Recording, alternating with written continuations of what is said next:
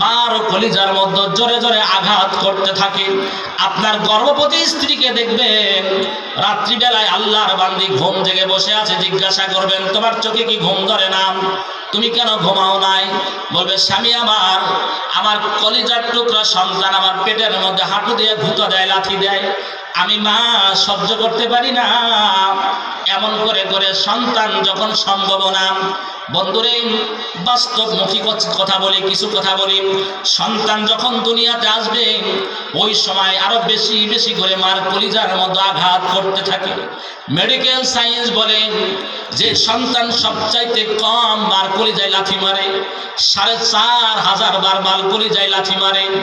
দুখুনি মা এতবার আঘাত পাওয়ার পরও কলিজাটা ফেটে চৌচির হয়ে যায়, কলিজাটা ফেটে যায়, তারপরেও মা সহ্য করে। এরপরে মা যখন প্রসব হবে, প্রসব ঘরে যাবে, আপনজনের কাছ থেকে বিদায় নেয়, নর্মাল ডেলিভারি হোক আর সিজারি হোক, আপনজনের কাছ থেকে বিদায় নেয়। কিন্তু একটা জিনিস খেয়াল করে দেখবেন, যারা মেয়ের বাবা হয়েছে, মেয়ে সবার কাছ থেকে বিদায় নেয়, কিন্তু বাবার কাছে একটা বার বলে না বাবা আমার জন্য দোয়া করে, কথাটা বলে না। জিজ্ঞাসা করবেন কেন বলে না, জিজ্ঞাসা করে দেখবেন, উত্তর দিবে শোনো, যেদিন আমার বাবা আমারে বিবাহ দিয়ে একজন পর পুরুষের হাতে আমারে উঠাইয়া দিল, আমার স্বামীকে আব্বা বলে ডাক দিয়াম, অপরিচিত একজন অচেনা একজন মানুষ, তাকে আমার বাবা বাবা বলে ডাক দিয়াম, আমার হাতটা তার হাতের মতো যখন উঠাইয়া দিল, একটা পর্যায়ে যখন মেয়েটাকে যখন স্বামীর বাড়ি চলে যেতে হবে, বাবাকে জড়াইয়া ধরে, না কিছুতেই বাবাকে ছাড়ে না। একটা পর্যায়ে আপনজন জোরে টান দিয়ে বাবার থেকে আলাদা করে ফেলে, পৃথক করে ফেলে। একটা পর্যায়ে যখন এই মেয়েটাকে যখন বরের গাড়িতে তুলে দিবে, মা অজ্ঞান হয়ে জমিনের মধ্যে পড়ে যায়, বাবা কথা বলতে পারে না, বোবা মানুষের মতো নির্বাক তাকায়া থাকে। একটা পর্যায়ে যখন বরের গাড়ির মধ্যে তুলে দিল, বাবা কথা বলতে পারে না, যেন বুকটা ফেটে যাচ্ছে। পুরুষ মানুষ নিজেকে নিয়ন্ত্রণ করে। একটা পর্যায়ে যখন মেয়েটাকে বরের গাড়িতে তুলে দিল, বাবা শুধু অপলেক নেত্রে মেয়ের দিকে তাকায়া থাকে, একটা কথাও বলে না। মেয়েটা তখন থেকে চিন্তা করে দেখে, আমার বাবা আমাকে বিদায় দেওয়ার সময় একটা কথাও বলতে পারে নাই, বোবা মানুষের মতো হয়ে গিয়েছিল। স্বামীর বাড়িতে যত কষ্ট হোক, যারা আদর্শ মেয়ে বাবার বাড়িতে খবরগুলো পৌঁছায় না, যেই মেয়েটা নিজের বাড়িতে বিছানা পর্যন্ত সোজা করতো না, পরের বাড়িতে গিয়ে অন্যের প্লেটগুলো ধুতে হয়, খাবার দাবারের পরে যা পায় তাই খায়, না পালে না খেয়ে থাকে, তারপরও বাবার কাছে বলে না, কারণ বললে বাবার অন্তরে কষ্ট লাগবে, দুঃখ লাগবে। বন্ধুরে একটা পর্যায়ে মা যখন সন্তান প্রসব করবে, প্রসব ব্যথায় যখন অত্যন্ত, মা যখন জীবন মরণ যুদ্ধ শুরু হয়ে গেছে, মা চিৎকারও দিতে পারে না, না জানি লোকে কি বলবে। মা জিহ্বায় কামড় দিয়ে যখন সন্তানকে প্রসব করে, মার শরীর থেকে অনেকগুলো রক্ত ঝরে, মা সহ্য করতে পারে না, কত মা অজ্ঞান হয়ে যায়, জমিনে গোড় খায়। মেডিকেল সায়েন্স বলে একজন মানুষের, জীবিত মানুষের হাড্ডিগুলো ভাঙ্গার পরে যেই পরিমাণ কষ্ট হয়, এর চাইতে বেশি কষ্ট হয় মা যখন সন্তান প্রসব করে। সন্তান প্রসব করার পরে মা অজ্ঞান হয়ে পড়ে থাকে। মেডিকেল সায়েন্স বলে মা তখন পানির জন্য চিৎকার দেয়, পানি চায়। দুনিয়ার সব পানি যদি মাকে পান করানো হয়, তারপরও মার আত্মা ঠান্ডা হবে না, কলিজা ঠান্ডা হবে না। একটা পর্যায়ে ছোট্ট বাচ্চা যখন উম্মা একটা আওয়াজ করে, মেডিকেল সায়েন্স বলেন মার এই ছোট্ট বাচ্চার এই উম্মা শব্দ যেই মার কলিজার মধ্যে আওয়াজটা পৌঁছে যায়, মার এই চৌচির অন্তরটা এই কচি বাচ্চার আওয়াজের কারণে আবার সুস্থ হয়ে যায়। আল্লাহু আকবার জোরে বলেন। বলতে পারেন মার কি কষ্ট হয় না, এই ব্যথা কি আর থাকে না? হ্যাঁ, সন্তান আবার যখন লেখাপড়া করার জন্য দূর দেশে কোথাও সফর করতে যায় বা দূরে যায়, মার ওই জায়গাগুলো আবার চিন করে ব্যথা করতে শুরু করে। বাইরে আল্লাহ বলেন আগে মার হকগুলো আদায় করে দাও। এই জন্য জীবনের প্রত্যেকটা ক্ষেত্রে আমার আপনার হকগুলো আদায় করতে হবে। আল্লাহ তাআলা বলেন ইন্নাল্লাহা ইয়া'মুরু বিল আদলি ওয়াল ইহসান। আল্লাহ ন্যায় বিচার করতে বলেন। আমার আপনার পয়গম্বর যখন মদিনার বাদশা কুরাইশ বংশের একজন মেয়ে চুরির অপরাধে তার চুরির অপরাধে দণ্ডিত হলো। আল্লাহর পয়গম্বর কোরআনুল কারীম খুলে কোরআনের বিধান বলে দিল, চোর এবং চুন্নির হাত কেটে দিবেন। আল্লাহর পয়গম্বর হাত কাটার ফয়সালা দিল। সাহাবায়ে কেরাম আল্লাহর পয়গম্বরের কানের মধ্যে খবরটা কেমনে পৌঁছাবেন? ওসামা বিন যায়েদ, আল্লাহর পয়গম্বরের পালক পুত্রের সন্তান। এই ওসামা বিন যায়েদ সে কে? ওই যে আল্লাহর পয়গম্বর তায়েফের ময়দানে যখন চারদিক থেকে বৃষ্টির মতো পাথর আসতেছিল, এই যায়েদ বিন হারেসা আল্লাহর পয়গম্বরের সামনে বুকটা পেতে দিয়ে বলে, তায়েফের লোকেরা রে, যত মনে চায় আমারে মারো, আমার পয়গম্বরকে আর তোমরা আঘাত করো না। এই তো যায়েদ বিন হারেসার সন্তান Osama bin Zayed. Osama bin Zayed ছোট্ট বালক, আল্লাহর পয়গম্বর অত্যন্ত আদর করতেন, যত্ন করতেন, বুকের উপর নিয়ে ঘুম পাড়াইতেন। এই ওসামা বিন যায়েদকে সাহাবায়ে কেরাম কানে কানে বলে দিল, তুমি গিয়া আল্লাহর পয়গম্বরকে বলবা, ওগো নানা, যেই মহিলার হাত কাটতে বলছেন সে তো কুরাইশ বংশের মহিলা। আল্লাহর পয়গম্বর সোজা হয়ে বসলেন, চোখগুলো লাল হয়ে গেল। এবার বলে, শোনো, ইহুদিরা এই জন্য তো ধ্বংস হয়েছে, তাদের মধ্যে যখন নেতৃস্থানীয় ব্যক্তি অপরাধ করত তখন তারা হালকা করে বিচার করে দিত, সাধারণ মানুষের উপর কড়া বিচার হতো। আমরাও দেখতে পাই এই দেশে ছোটখাটো চুরি করলে তার বিচার হয়, কথা বলেন ঠিক কিনা? কিন্তু দেশের টাকা যারা বিদেশে পাচার করে, যারা টাকার পাহাড় গড়ল, আমাদের দেশটাকে যারা ফকির বানালো, এদের বিচার কিন্তু আমাদের দেশে হয় না, কথা বলেন ঠিক কিনা? মুসলমান বন্ধুরা রে আমার, এই টাকা তো জনগণের টাকা, এরা বিদেশে পাচার করলে এটা কি শিক্ষিত মানুষ করছেন না অশিক্ষিত মানুষ? কথা বলেন, অশিক্ষিত মানুষ। গ্রামের কামলা কৃষকরা করছে না শিক্ষিত মানুষ করছেন? তাহলে বোঝা গেল তথাকথিত কিছু বিদ্যার ডিগ্রি অর্জন করলে মানুষ হওয়া যায় না। মানুষ হতে হলে কোরআনুল কারীম লাগে, অথবা কোরআন আমাদের সান্নিধ্যে আসতে হয়। তারপরে যখন ভিতরে ঢুকবে, এই টাকা আমার না, জনগণের টাকা, ওই টাকা কোনোদিন অবৈধভাবে বিদেশে পাচার করতে পারে না, কথা বলেন ঠিক কিনা? সম্মানিত ভাইয়েরা আমার, বলতেছিলাম আল্লাহর পয়গম্বর সাল্লাল্লাহু আলাইহি ওয়াসাল্লাম সোজা হয়ে বসলেন। বসার পরে বললে, শোনো, এই কথা ওসামা বিন যায়েদের কথা না। এই ওসামা বিন যায়েদ এই কথা লোক জানে না, নিশ্চয় তোমরা কেহ বলেছ। শোনো, আমার কলিজার টুকরা ফাতেমা যদি চুরি করত, তারপরও আমি পয়গম্বর তার হাত কেটে দিতাম। আল্লাহু আকবার জোরে বলে। একে বলে নাই বিচার। মনে রাখতে হবে, আপনার আপনজন অপরাধ করলে এটা সহজ করে দেখলেন, আর অন্য টাকা কড়া করে দেখলেন, এটা কিয়ামতের আদালতে জবাব দিতে হবে, কথা বলেন ঠিক কিনা? কিয়ামতের ময়দানে আমাকে উঠতে হবে, আপনাকে উঠতে হবে, এই কথা ভালো করে মনে রাখতে হবে। এই আয়াতটা পড়েছি এই জন্য, এই আয়াতটা অতীব জরুরি এক আয়াত। ন্যায় বিচার করা, জীবনের প্রত্যেকটা ক্ষেত্রে ন্যায় বিচার করা। আগের যুগের যারা মানুষ ছিল তাদের ইতিহাস পড়লে, হাদিস পড়লে আমরা অবাক হই। বুখারীতে বললাম গত কয়েকদিন আগে, এই হাদিস পড়ে মসজিদে একদিন বলছিলাম, এক ব্যক্তি জমি বিক্রি করছে। জমি বিক্রি করার পরে ওই জমি থেকে স্বর্ণের কলস পাইছে ক্রেতা। বিক্রেতার কাছে গিয়ে বললো, ভাই, আপনার জমিতে স্বর্ণের কলস পেয়েছি, আপনার কলস আপনি নিয়ে নেন। বিক্রেতা বলে, না, আমি তো কলস সহ বিক্রি করেছি, আমি তো জানি না এটা। কয়, না, আমি তো এটা সহ কিনি নাই। একজন বলে আমি এটা সহ কিনি নাই, আর একজন বলে আমি এটা সহই বিক্রি করেছি। ঝগড়া হলো, কি নিয়ে? কেউ হক নিতে রাজি না।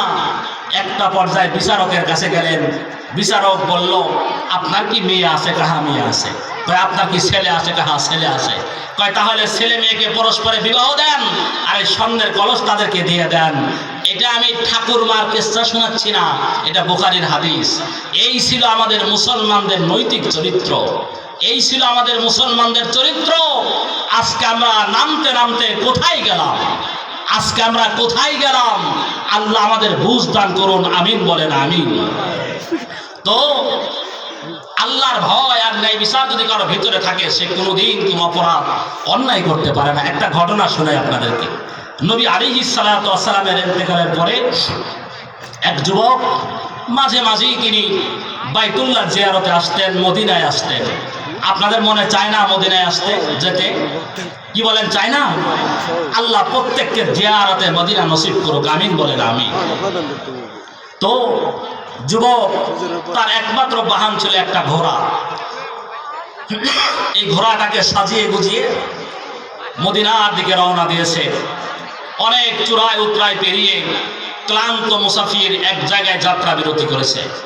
যাত্রা বিরতি করার পরে আল্লাহর বান্দা ক্লান্ত মানুষ তো ঘোড়াটাকে এক জায়গায় বেঁধে রেখে একটু শুচে শোয়ার সাথে সাথে ঘুম ধরে গেছে।